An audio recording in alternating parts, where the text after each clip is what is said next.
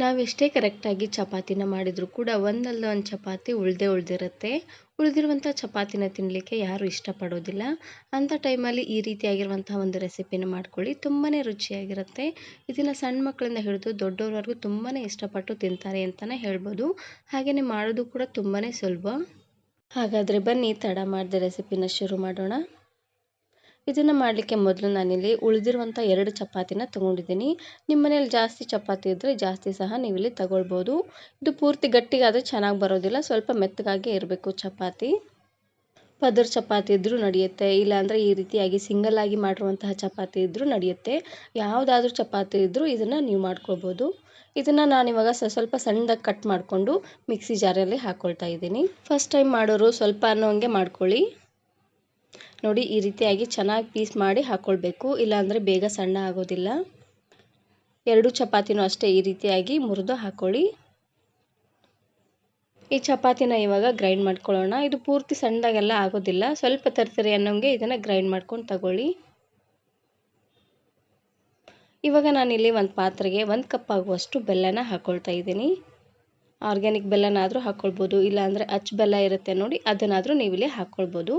1 cup ಬೆಲ್ಲಕ್ಕೆ 1.5 cup ಆಗುವಷ್ಟು ನೀರನ್ನು ಹಾಕ್ಕೊಳ್ತಾ ಇದ್ದೀನಿ.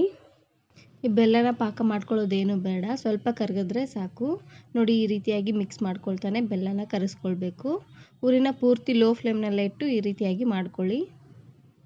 ಇವಾಗ ನಾನಿಲ್ಲಿ ಒಂದು ದಪ್ಪ ತಳ ಇರುವಂತಹ ಪ್ಯಾನನ್ನು ತೊಗೊಂಡಿದ್ದೀನಿ. ಪ್ಯಾನ್ ಇಲ್ಲ ಅಂದರೆ ಯಾವುದಾದ್ರೂ ಒಂದು ದಪ್ಪ ತಳ ಇರುವಂತಹ ಪಾತ್ರೆನ ತಗೊಳ್ಬೇಕು. ಇವಾಗ ನಾನಿಲ್ಲಿ ಚಪಾತಿನ ಗ್ರೈಂಡ್ ಮಾಡಿದ್ವಿ ನೋಡಿ, ಅದನ್ನು ಹಾಕ್ಕೊಳ್ತಾ ಇದ್ದೀನಿ. ನೋಡಿ, ಈ ರೀತಿಯಾಗಿ ತರಿಯಾಗೇ ಇರಬೇಕು. ಇದು ಪೂರ್ತಿ ಸಣ್ಣ ಏನೂ ಆಗೋದು ಬೇಡ. ಇವಾಗ ನಾನಿಲ್ಲಿ ಕರಗಿಸಿರುವಂತಹ ಬೆಲ್ಲನ ಈ ರೀತಿಯಾಗಿ ಸೋಸಿ ಹಾಕ್ಕೊಳ್ತಾ ಇದ್ದೀನಿ. ಈ ರೀತಿ ಮಾಡೋದ್ರಿಂದ ಕಸ ಕಡ್ಡಿ ಏನಾದರೂ ಇದ್ದರೆ ಬಂದುಬಿಡತ್ತೆ.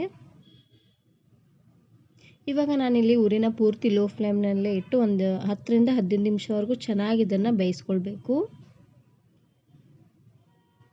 ಇವಾಗ ಚೆನ್ನಾಗಿ ಕುದಿ ಬಂದು ಪೂರ್ತಿ ಎಲ್ಲ ಗಟ್ಟಿ ಆಗಬೇಕು ನೋಡಿ, ಅಲ್ಲಿವರೆಗೂ ಇದನ್ನು ಇದೇ ರೀತಿಯಾಗಿ ಮಿಕ್ಸ್ ಮಾಡ್ಕೊಳ್ತಾನೆ ಬೇಯಿಸ್ಕೊಳ್ಬೇಕಾಗತ್ತೆ. ನೋಡ್ತಾ ಇರ್ಬೋದು, ಲೈಟಾಗಿ ಚೆನ್ನಾಗಿ ಕುದಿ ಬರ್ತಾ ಇದೆ. ನಾನು ಆಗಲೇ ಹೇಳ್ದಂಗೆ ಉರಿನ ಆದಷ್ಟು ಲೋ ಫ್ಲೇಮ್ನಲ್ಲೇ ಇಟ್ಟು ಮಾಡ್ಕೊಳ್ಬೇಕು, ಇಲ್ಲಾಂದರೆ ಬೇಗ ತಳ ಹಿಡಿದು ಬಿಡುತ್ತೆ ಬೆಲ್ಲ ಹಾಕಿರೋದ್ರಿಂದ. ನೋಡ್ತಾ ಇದ್ದೀರಲ್ವ, ಇಷ್ಟು ಗಟ್ಟಿಯಾಗಿದೆ. ಇದು ಇನ್ನೂ ಪೂರ್ತಿಯಾಗಿ ಗಟ್ಟಿ ಆಗೋವರೆಗೂ ಇದೇ ರೀತಿಯಾಗಿ ತಿರುಗಿಸ್ಕೊಳ್ತಾನೆ ಇದನ್ನು ಬೇಯಿಸ್ಕೊಳ್ಬೇಕು. ಇವಾಗ ನಾನಿಲ್ಲಿ ಒಂದು 2 ಟೇಬಲ್ ಸ್ಪೂನ್ ಆಗುವಷ್ಟು ತುಪ್ಪನ ಹಾಕ್ಕೊಳ್ತಾ ಇದ್ದೀನಿ. ತುಂಬಾ ಸಿಂಪಲ್, ಮನೆಯಲ್ಲೇ ಇರುವಂಥ ಇಂಗ್ರೀಡಿಯೆಂಟ್ಸಿಂದ ನೀವು ಇದನ್ನು ಮಾಡ್ಕೊಬೋದು. ತುಂಬಾ ರುಚಿಯಾಗಿರುತ್ತೆ ಅಂತಲೇ ಹೇಳ್ಬೋದು.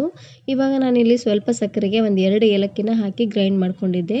ಆ ಏಲಕ್ಕಿ ಪುಡಿನ ಹಾಕ್ಕೊಳ್ತಾ ಇದ್ದೀನಿ. ನಾವೆಷ್ಟೇ ಕರೆಕ್ಟಾಗಿ ಚಪಾತಿನ ಎಣಿಸಿ ಮಾಡಿದರೂ ಕೂಡ 1-2 ಚಪಾತಿ ಅಂತೂ ಉಳಿದಿರುತ್ತೆ.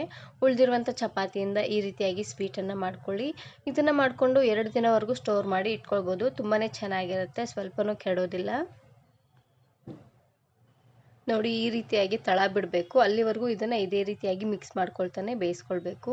ಇದು ಪೂರ್ತಿಯಾಗಿ ಕರೆಕ್ಟಾಗಿ ಬಂದಿದೆಯೋ ಇಲ್ಲೋ ಅಂತ ಯಾವ ರೀತಿ ಚೆಕ್ ಮಾಡೋದು ಅಂದರೆ, ಕೈಗೆ ಸ್ವಲ್ಪ ತುಪ್ಪನ ಹಚ್ಕೊಂಡು ಈ ರೀತಿಯಾಗಿ ಮುಟ್ಟಿ ನೋಡಿ, ಕೈಗೆ ಸ್ವಲ್ಪನೂ ಅಂಟಿಲ್ಲ ಅಂದರೆ ಕರೆಕ್ಟಾಗಿ ಆಗಿದೆ ಅಂತ ಅರ್ಥ. ಇದನ್ನು ನಾನಿವಾಗ ಒಂದು 10 ರಿಂದ 15 ನಿಮಿಷವರೆಗೂ ಆರ್ಲಿಕ್ಕೆ ಬಿಡ್ತೀನಿ. ನೋಡಿ, ಇದು ಪೂರ್ತಿಯಾಗಿ ಆರಿದೆ. ಆರ್ಲಿ ಅಂತ ಸ್ವಲ್ಪ ತಟ್ಟೆಲಿ ಹಾಕಿ ಆರಿಟ್ಕೊಂಡಿದ್ದೆ. ಇವಾಗ ನಾನಿಲ್ಲಿ ಸಣ್ಣದಾಗಿ ಉಂಡೆನ ಮಾಡ್ಕೊಳ್ತಾ ಇದ್ದೀನಿ. ನಿಮ್ಗೆ ಯಾವ ಸೈಜಲ್ಲಿ ಬೇಕೋ ಆ ಸೈಜಲ್ಲಿ ನೀವು ಇದನ್ನು ಮಾಡ್ಕೊಳ್ಬೋದು.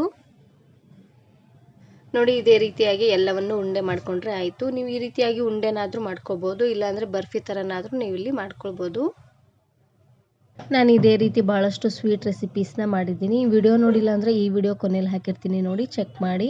ಬೂಸ್ಟ್ ಪ್ಯಾಕೆಟನ್ನು ಬಳಸಿ ತುಂಬಾ ರುಚಿಯಾಗಿರುವಂತಹ ಲಡ್ಡುನ ಯಾವ ರೀತಿ ಮಾಡೋದು, ಹಾಗೆಯೇ ಬ್ರೆಡ್ಡನ್ನು ಬಳಸಿ ತುಂಬಾ ರುಚಿಯಾಗಿರುವಂತಹ ಲಡ್ಡುನ ಯಾವ ರೀತಿ ಮಾಡೋದು ಅಂತ ವಿಡಿಯೋ ಅಪ್ಲೋಡ್ ಮಾಡಿದ್ದೀನಿ.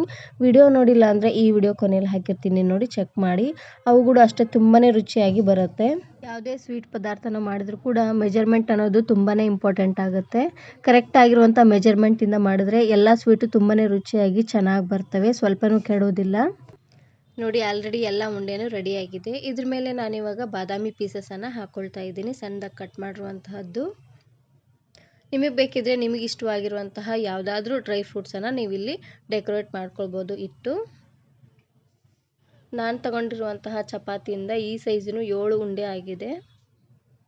ನೋಡಿದ್ರಲ್ವಾ ಉಳಿದಿರುವಂಥ ಚಪಾತಿಯಿಂದ ತುಂಬಾ ರುಚಿಯಾಗಿರುವಂತಹ ಒಂದು ಸ್ವೀಟನ್ನು ಯಾವ ರೀತಿ ಮಾಡೋದು ಅಂತ. ಮನೇಲಿ ನೀವು ಟ್ರೈ ಮಾಡಿ ಹೇಗೆ ಬಂತು ಅಂತ ಕಮೆಂಟಲ್ಲಿ ತಿಳಿಸೋದನ್ನು ಮಾತ್ರ ಮರಿಬೇಡಿ. Thanks for watching.